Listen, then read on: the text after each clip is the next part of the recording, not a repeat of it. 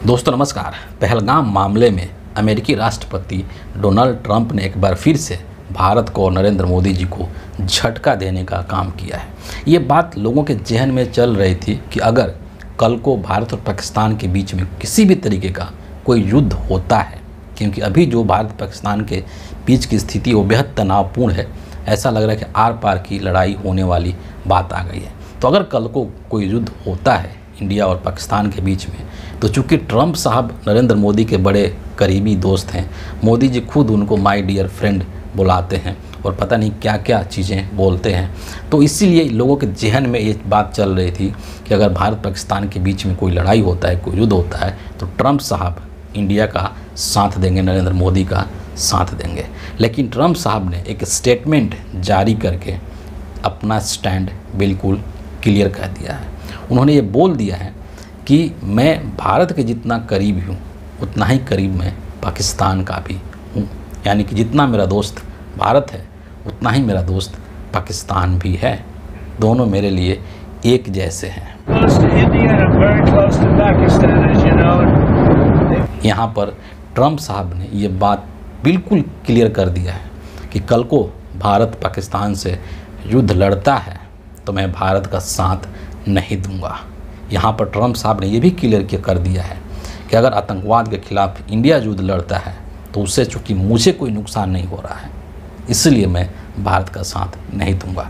यही वो Donald Trump साहब हैं। जब चुनाव हो रहे थे अमेरिका के अंदर, तो इनके जीत के लिए हिंदुस्तान में नरेंद्र मोदी के अंधभगत लोग यज्ञ कर रहे थे, पूजा कर रहे थे, हवन कर रहे थे, और जब चुनाव जीत गए तो यही ट्रंप साहब इंडिया को, भारत को लगातार झटके पे झटका देने का काम कर रहे हैं। कभी टैरिफ के नाम पर, अब ये तनावपूर्ण स्थिति में इन्होंने खुद को इस पूरे मामले से एक तरीके से किनारा कर लिया है, अपना पाला झाड़ लिया है। इससे एक और चीज़ आपको समझने की ज़रूरत है, वो ये है कि अमेरिका जो है वो किसी का नहीं है। अमेरिका हर स्थिति में सिर्फ़ और सिर्फ अपना फ़ायदा देखता है, बाकी आपके प्रतिकूल परिस्थितियों में वो आपके साथ नहीं देगा। जबकि आतंकवाद एक भारत का निजी मसला नहीं है, एक वैश्विक मुद्दा है। पूरी दुनिया में आतंकवाद के चलते कई सारे देश परेशान हैं। इसके बावजूद भी यहाँ पर अमेरिका ने इंडिया का साथ देने से मना कर दिया है। इससे आप समझ सकते हैं कि अमेरिका और ट्रंप साहब कितने स्वार्थी हैं। इस पूरे मसले को लेकर के, पहलगाम का जब से ये घटनाक्रम हुआ है, इसको लेकर के बीजेपी के कई सारे जो लोग हैं वो बहुत ही अजीबोगरीब तरीके का बयान दे रहे हैं। इसको हिंदू मुस्लिम का रंग देने की कोशिश की जा रही है, चाहे वो नीतीश राणे हो या फिर निशिकांत दुबे जैसे लोग हों, वो लगातार इसको धार्मिक रंग में रंगने की कोशिश कर रहे हैं। लेकिन एक स्टेटमेंट में यहाँ पर पीयूष गोयल का जिक्र करना चाहूँगा, बड़ा ही महत्वपूर्ण है।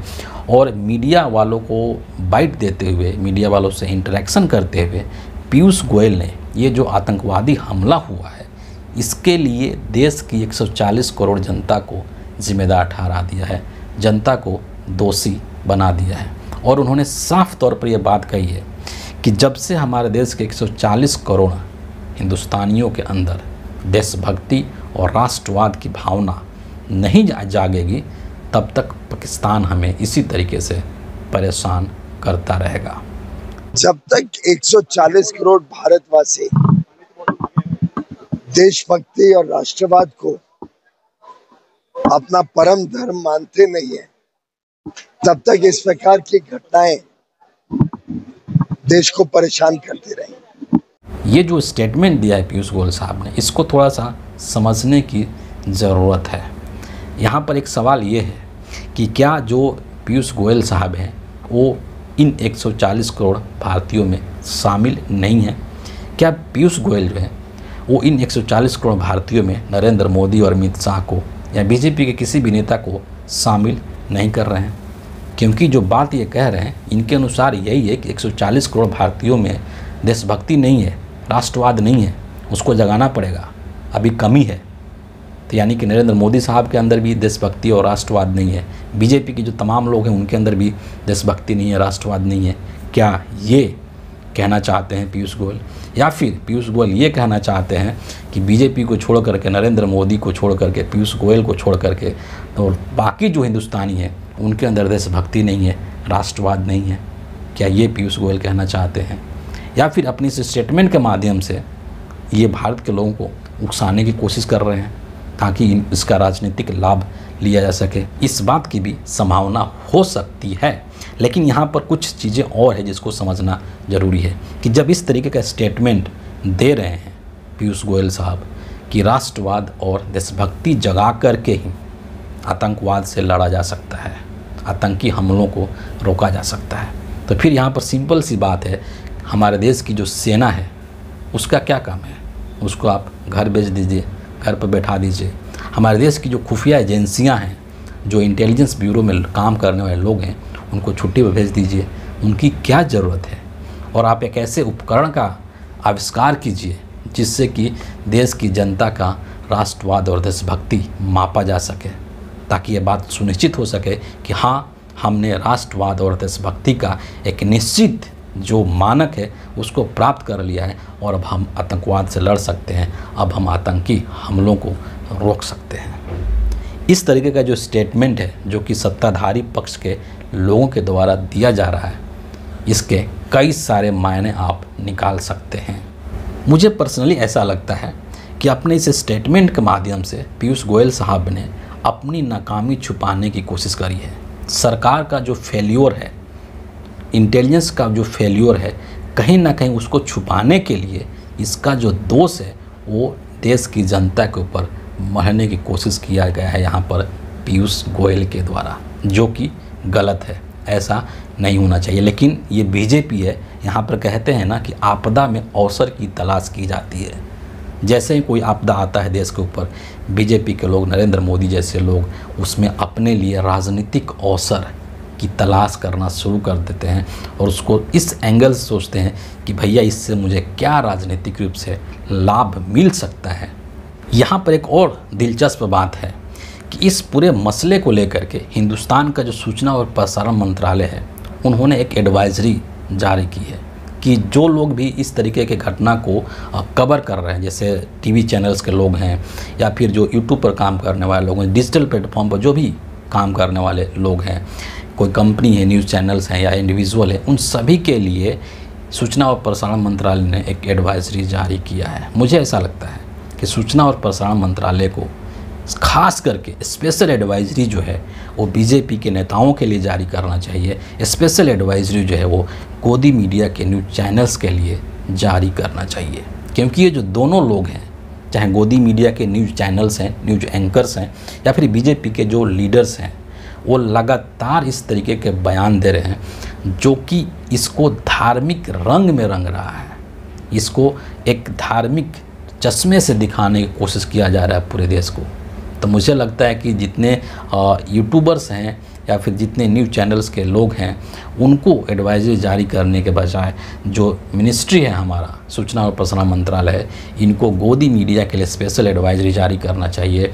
इनको बीजेपी के नेताओं के लिए स्पेशल एडवाइजरी जारी करना चाहिए, उसकी सख्त ज़रूरत है। और फिर से मैं कहूँगा कि इस एडवाइजरी के माध्यम से मुझे ऐसा लगता है कि कहीं ना कहीं सरकार अपनी गलतियों को ढकने की कोशिश कर रही है, क्योंकि कल कोई हो सकता है कि जब इस प्रक्रम को लेकर के पहलगाम में जो हमला हुआ है, इसको लेकर के जब कोई सच दिखाएगा तो उसको सेंसर किया जा सकता है, ताकि सरकार का पोल खोल नहीं हो। इसके पीछे सरकार की मिनिस्ट्री की एक ये भी मंशा हो सकती है। लेकिन इन सबके बीच में आखिर हमारे देश के प्रधानमंत्री, प्रधान सेवक नरेंद्र मोदी जी कहाँ हैं और क्या कर रहे हैं? थोड़ा सा उनकी जो गतिविधियां हैं, उनकी जो क्रियाविधियां हैं, उसके ऊपर भी नज़र डालना मैं समझता हूं कि बेहद ज़रूरी है। और 2-3 मिनट के अंदर अंदर मैं वो सारी चीज़ें आपके समक्ष रखना चाहता हूं। आप उसको थोड़ा ध्यान से सुनिए और समझने की कोशिश कीजिए कि मोदी जी क्या कर रहे हैं इस वक्त में। और हमारे देश के पूर्व प्रधानमंत्री जो कि अब इस दुनिया में नहीं हैं, मनमोहन सिंह, उनको लेकर के भी मैं एक बात का जिक्र करूंगा। लेकिन फ़िलहाल नरेंद्र मोदी जी के ऊपर ध्यान देते हैं। जब ये पहलगाम का घटना हुआ था 22 अप्रैल को, मोदी जी सऊदी अरब के अंदर थे और आनन फानन में इस घटना के पश्चात उन्होंने अपने उस दौरा को कट कर दिया और वो तुरंत हिंदुस्तान वापस आ गए। और उसके बाद लोगों को लगा कि ये बहुत अच्छी पहल की है मोदी जी ने, और संभवतः वो देश को एक मैसेज देंगे, कश्मीर जाएंगे। लेकिन बिल्कुल भी नहीं। नरेंद्र मोदी जी सऊदी अरब से आने के बाद सीधे बिहार जाते हैं, और बिहार में जा कर के और वहाँ से अंग्रेज़ी में आतंकवाद के खिलाफ जंग लड़ने की और आतंकवादियों को मिट्टी में मिलाने की बात कर डालते हैं। इसके बाद वो वापस दिल्ली आ जाते हैं, और फिर आपको मैं बता दूं कि 4 मई को वो फिर से बिहार जाने वाले हैं। लेकिन इस बीच में वो कश्मीर नहीं गए, इस बीच में वो पहलगाम नहीं गए, जबकि प्रधानमंत्री के हैसियत से ये होना चाहिए था कि वो जो संदेश उन्होंने बिहार जा कर के दिया, वही संदेश आतंकवाद के खिलाफ, वही संदेश उनको पहलगाम जा कर के देना चाहिए था, लेकिन नहीं किए। फिर उसके बाद वो मन की बात करते हैं। संडे को उन्होंने मन की बात करी। ये सब चीज़ें नरेंद्र मोदी जी कर रहे हैं, लेकिन जो चीज़ करना चाहिए था एक प्रधानमंत्री के तौर पर, वो नहीं कर रहे हैं। विपक्ष के नेता राहुल गांधी कश्मीर जा चुके हैं, लेकिन नरेंद्र मोदी जी वहाँ पर नहीं जा रहे हैं, मन की बात कर रहे हैं, बिहार जा रहे हैं, लगातार दौरा कर रहे हैं, क्योंकि बिहार में चुनाव है। एक चीज़ जिसको हो सकता है कि आपने नोटिस नहीं करी हो, वो आपके नोटिस में मैं यहाँ पर लाना चाहता हूँ। मोदी जी जब बिहार गए थे, या फिर नरेंद्र मोदी जी ने संडे को जब अपनी मन की बात करी, उसमें उन्होंने बहुत बड़ी बड़ी बातें करी कि हम ये कर देंगे, हम वो कर देंगे। लेकिन जो पॉइंट है, जो ध्यान देने वाली बात है, वो ये है कि नरेंद्र मोदी जी ने उसमें पाकिस्तान का नाम नहीं लिया। आखिर क्यों? सोचने वाली बात है। नरेंद्र मोदी जी चीन का भी नाम नहीं लेते हैं, और यहाँ पर जब पाकिस्तान के साथ हमारी जो संबंध है वो इतने तनावपूर्ण हो चुके हैं कि ऐसा लग रहा है कि युद्ध वाली स्थिति हो गई है, तो दुश्मन देश का नाम लेने में भी नरेंद्र मोदी को इतना संकोच क्यों हो रहा है?